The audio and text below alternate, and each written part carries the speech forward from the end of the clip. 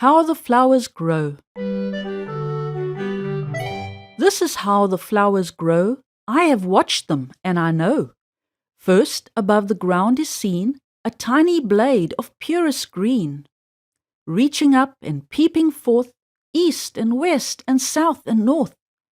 Then the sunbeams find their way to the sleeping bud and say, "We are children of the sun, sent to wake thee, little one." And the leaflet, opening wide, shows the tiny bud inside, peeping with half-opened eye on the bright and sunny sky. Breezes from the west and south lay their kisses on its mouth, till the petals all are grown, and the buds a flower blown.